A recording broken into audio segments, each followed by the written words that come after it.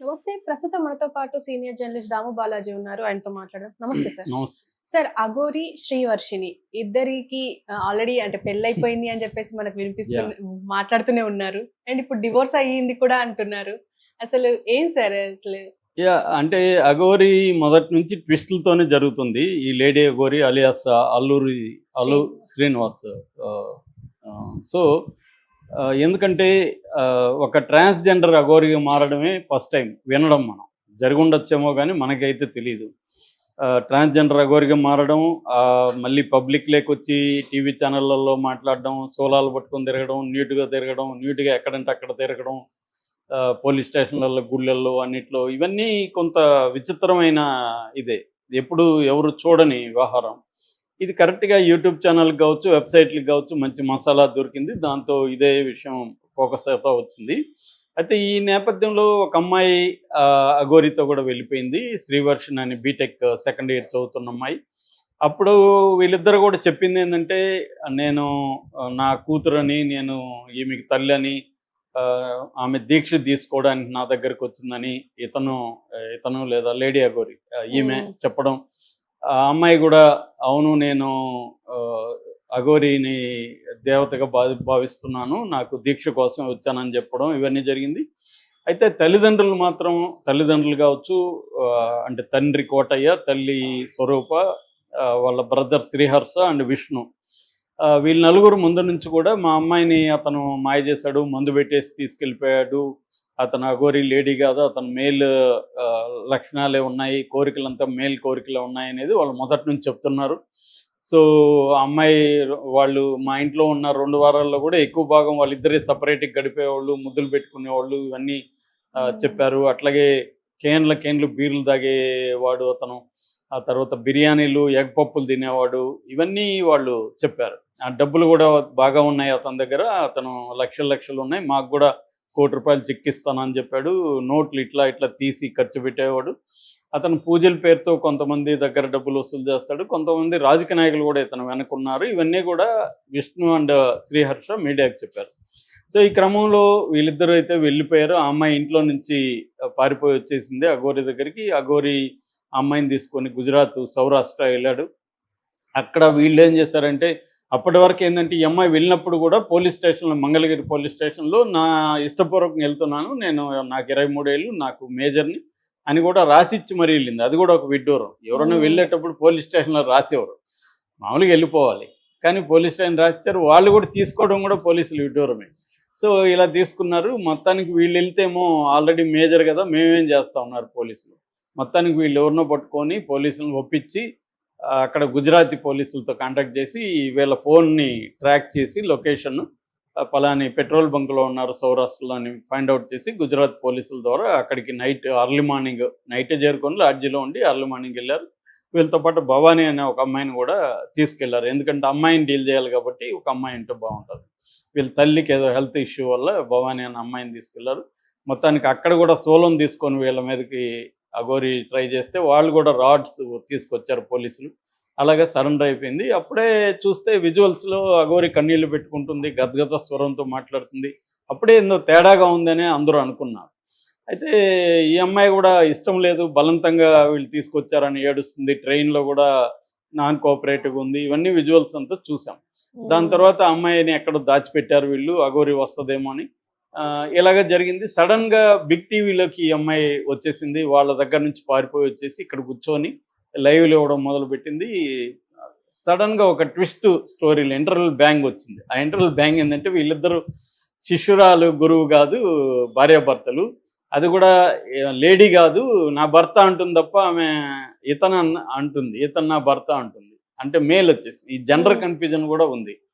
So, ఇలాగ మొత్తానికి భార్యాభర్తలయిపోయారు వీళ్ళిద్దరూ. అఘోరి గూడా గుజరాత్ నుంచి మరి ఎప్పుడొచ్చిందో తెలీదు. అఘోరి గూడా వచ్చేసింది. సో, వీళ్ళిద్దరూ మళ్ళీ ఒకటైపోయారు. ఈ అమ్మాయి అతని కోసం పాట ఒకటి పాడింది. ఒకటో, రెండో 2 పాటలు పాడినట్టుంది. 'అత్తారింటికి దారేదిలో' 6 అడుగుల బుల్లెట్ ఒకటి, ఇంకోటేదో 'కరగని 2 మనసుల దూరం' అని 'వర్షం' సినిమాలోది.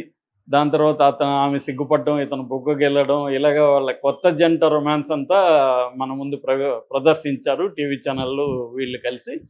సో, దాని తర్వాత మాది జన్మ జన్మల అనుబంధం. మాది దాని ఏమంటారు, శారీరక విషయం కాదు, ఇది సంబంధం కాదు, మాది అలౌకిక సంబంధం అన్నట్టుగా మాట్లాడారు. స్పిరిచువల్ రిలేషన్షిప్ లాగా, మానసిక సంబంధం. నాకు అనేది పెద్ద ఇంపార్టెంట్ కాదని ఆ అమ్మాయి కూడా మాట్లాడింది. ఎందుకంటే తను మేల్ లాగా పెర్ఫార్మెన్స్ చేయలేడు, ఫిమేల్ అవయం కూడా అతనికి లేదు. సో ఇది నిన్న నేను డీటెయిల్గా చెప్పాను యాక్చువల్గా. అంటే Okay. జెండర్ అంటే సెక్సువల్ ఓరియంటేషన్ అంటే ఈ రెండు విరుద్ధమైన విషయాలు. జెండర్ ఐడెంటిటీ వేరు, సెక్సువల్ ఓరియంటేషన్ వేరు. జెండర్ ఐడెంటిటీ అంటే నేను మేలా ఫిమేలా, లేకపోతే మేల్ ఫిమేల్ కానీ బైసెక్స్ వల్ల, లేకపోతే అసెక్స్ వల్ల, ఫ్యాన్ సెక్స్ వల్ల, ఇట్లాగా ఒక 10 పైన ఉన్నాయన్నమాట కేటగిరీస్. అంటే సెక్సువల్ ఓరియంటేషన్ కేటగిరీస్ ఉంటాయి. అవి కాకుండా జెండర్ అంటే బేసిక్గా 3 జెండర్సే ఉంటాయి. ఒకటి male gender, female gender, non binary, అది ఎవరైనా కావచ్చు. 3 జెండర్సే ఉంటాయన్నమాట జెండర్లో. జెండర్ క్లారిటీ ఉంటుంది, కానీ సెక్సువల్ ఓరియంటేషన్లోనే ప్రాబ్లం ఉంది. సెక్సువల్ ఓరియంటేషన్లో నేను జెండర్ అయితే మేలే, కానీ నా సెక్సువల్ ఓరియంటేషన్ విమెన్ కాకపోవచ్చు, హెట్రో కాకపోవచ్చు, నేను గే కావచ్చు. అంటే నాకు అబ్బాయి నచ్చచ్చు, లేదా నాకు అబ్బాయి అమ్మాయి ఇద్దరు ఒకే టైంలో నచ్చచ్చు. బైసెక్సువల్ అంటారు. ఫ్రాయిడ్ కూడా హ్యూమన్ బీయింగ్ ఈజ్ బైసెక్సువల్ అనేది ఆయన పాపులర్ స్టేట్మెంట్ ఉంది. అంటే ప్రతి మనిషిలో కూడా కొన్ని అమ్మాయి లక్షణాలు కూడా ఉంటాయి. మగవాళ్ళలో కొన్ని అమ్మాయి లక్షణాలు కూడా ఉంటాయి, అమ్మాయిలో అబ్బాయి లక్షణాలు కూడా ఉంటాయి. బట్ ఏది ప్రిడామినెంట్గా ఉంటే దాన్ని బట్టి వాళ్ళ జెండర్ ఐడెంటిటీ అలా ఉంటుంది అనేది ఫ్రాయిడియన్ థియరీ కూడా. సో ఇప్పుడు ఈ అబ్బాయి శ్రీనివాస్ అనే అబ్బాయి అమ్మాయిగా మారి ఇంకొక అమ్మాయిని పెళ్లి చేసుకున్నాడు. మామూలుగా ఒక అమ్మాయి ఇంకొక అమ్మాయిని పెళ్లి చేసుకోవడం అనేది పెద్ద విచిత్రం కాదు. లెస్బియన్స్ అంటారు వాళ్ళని. అది మన దేశంలో లీగల్ కాదు. ఈ పెళ్ళిళ్ళు అయితే లీగల్ కాదు ఇండియాలో ఇప్పటి వరకు, కానీ కలిసి ఉండడం లీగలే. సుప్రీంకోర్టు 2022లోనే ఈ తీర్పు ఇచ్చింది. అంతకుముందు క్రిమినలైజేషన్ ఉండేది. అంతకుముందు మేల్ ఫిమేల్ సంబంధాలు నేరం, కానీ సుప్రీంకోర్టు ఇవ్వడం వల్ల ఇది నేరం కాదనేది అప్పటి నుంచి తెలిసిపోయింది. అందుకని ఈ మధ్యకాలంలో ఓపెన్గా గే కమ్యూనిటీలు, లెస్బియన్ కమ్యూనిటీలు ఇవన్నీ కూడా వచ్చాయి. సమాజం కూడా ఆమోదించడం మొదలుపెట్టింది. సో ఈ నేపథ్యంలో వీళ్ళిద్దరూ పెళ్లి చేసుకోవడం అనేది నిజానికి మనకి విచిత్రంగా ఉండొచ్చేమో, కానీ మరీ అంత విచిత్రం అయితే కాదు. ఎందుకంటే ప్రపంచంలో అనేక రకాల పెళ్ళిళ్ళు జరుగుతూనే ఉన్నాయి. సో కాబట్టి అది పెద్ద విచిత్రం కాదు.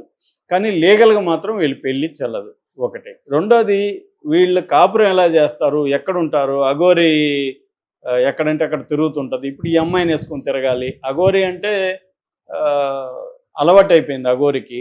ఈ అమ్మాయికి అలవాటు లేదు లైఫ్. పైగా విమెన్ ఈ అమ్మాయి.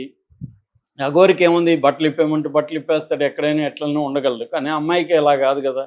అమ్మాయి కొంత సమస్యలు వస్తాయి రేపు పొద్దున.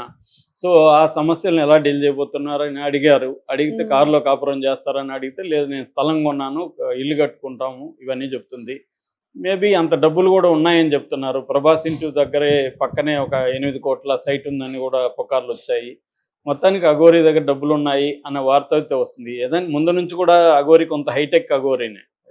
i20 కారు ఉంది, ఐఫోన్ ఉంది, ఇవన్నీ ఉన్నాయంటే అఘోరి దగ్గర కొంత డబ్బులు అయితే ఉన్నాయి. సో ఈ అమ్మాయి ఎందుకు అట్రాక్ట్ అయి ఉండొచ్చు అనే దానికి ఏంటంటే, వాళ్ళ ఇంట్లో ఈ అమ్మాయికి ఫ్రీడమ్ లేదు.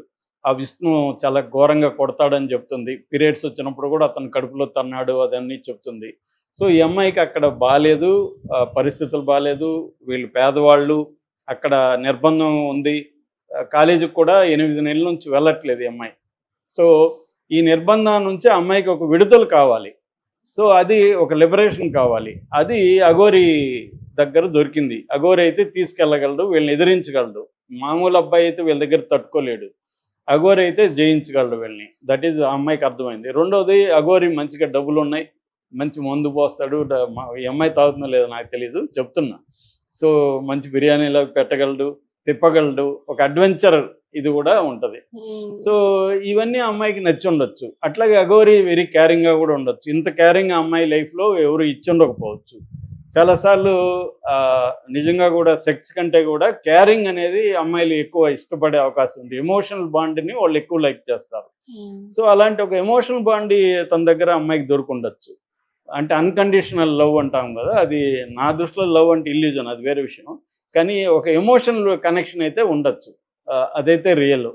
సో ఇవన్నీ ఇప్పుడు నిన్నటి నుంచి నైట్ నుంచి ఒక వార్త వైరల్ అవుతుంది, వీళ్ళు ఆల్రెడీ డైవర్స్ తీసుకున్నారు అని. అదైతే నాకు కూడా ఆశ్చర్యం ఏమి లేదు, ఖచ్చితంగా వీళ్ళు డైవర్స్ త్వరగానే తీసుకుంటారు. ఎందుకంటే ఇది ఒక రియాలిటీ బేస్డ్ రిలేషన్షిప్ కాదు, ఇది ఒక ఇమాజినరీ వ్యవహారంలో నడుస్తుంది వీళ్ళిద్దరు వ్యవహారం. రెండోది అతిగా చేస్తుంటే నాకు డౌట్ వస్తుంది. ఎవరైనా అతిగా మీ ఇద్దరం